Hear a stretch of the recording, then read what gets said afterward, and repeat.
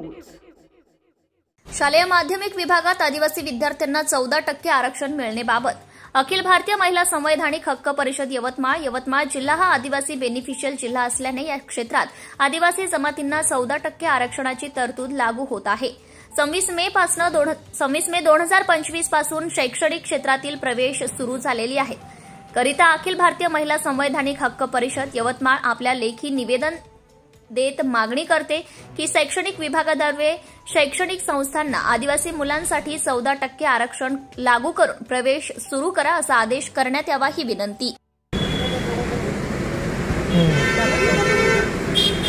तुमचं नाव काय आहे? माझे नाव मनीषा किरणकर।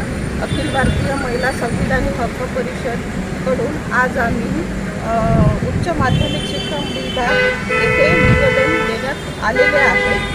निवेदनाचा विषय असा होता की शालेय उच्च माध्यमिक विभागात आदिवासी विद्यार्थ्यांना 14% आरक्षण मिळण्याबाबत 26 मे पासून 2025 शैक्षणिक क्षेत्रातील प्रवेश सुरू झालेली आहे। करिता अखिल भारतीय महिला संवैधानिक हक्क परिषदेकडून आज आम्ही निवेदन देत आहोत।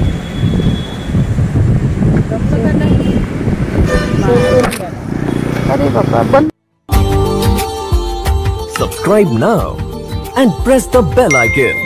Never miss an update.